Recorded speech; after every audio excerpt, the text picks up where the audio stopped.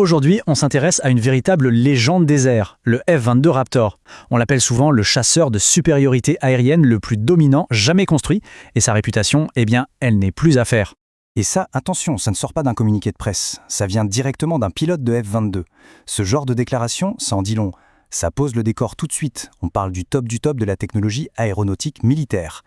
C'est la grande question, n'est-ce pas? Parce que sa domination ne vient pas d'une seule chose, mais d'une combinaison, une alchimie parfaite de plusieurs facteurs. Alors, décortiquons ensemble ce qui fait du Raptor le roi du ciel. Ce qui est absolument fou quand on y pense, c'est que cet avion, qui incarne la modernité, sa conception de base date des années 90. Le tout premier a été construit en 1996 pour un premier vol en 97 et il est entré en service en 2005. Le fait qu'il domine encore le ciel aujourd'hui, c'est juste stupéfiant.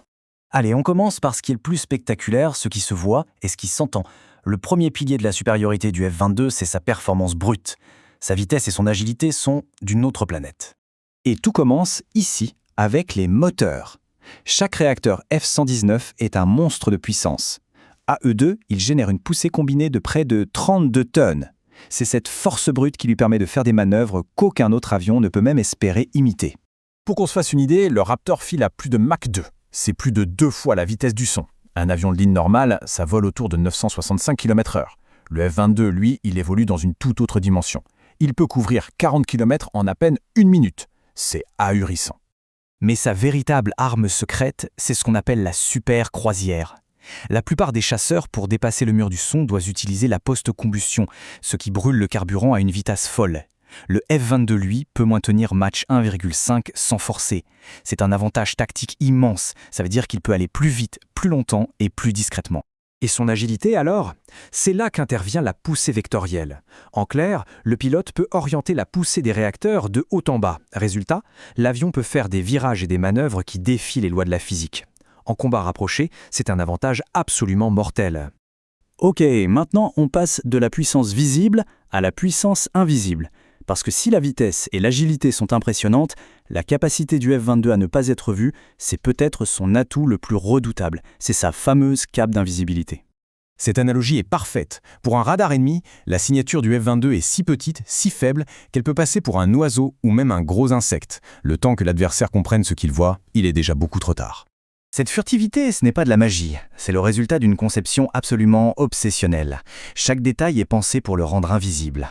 Une peinture spéciale qui absorbe les ondes radar, une forme sans angle droit pour dévier les signaux, des armes cachées à l'intérieur pour ne rien laisser dépasser et des moteurs protégés pour masquer la chaleur. Être rapide et invisible, c'est bien, mais pour dominer, il faut aussi une sacrée puissance de feu.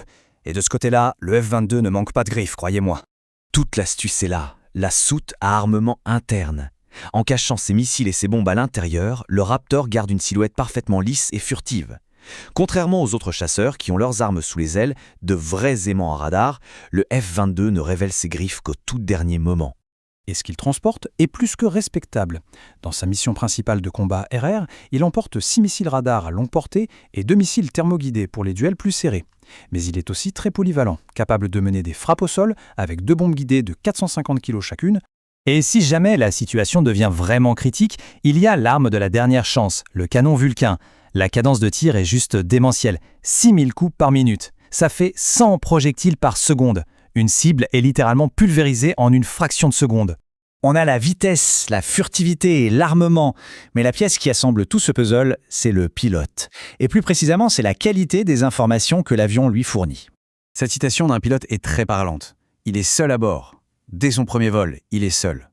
Alors, comment est-ce possible de gérer tous ces systèmes ultra complexes en solo? La réponse, c'est une interface homme-machine qui était complètement révolutionnaire. La solution, ça s'appelle la fusion de données. Il faut bien se rendre compte que le F-22 a été le tout premier chasseur avec un cockpit tout écran.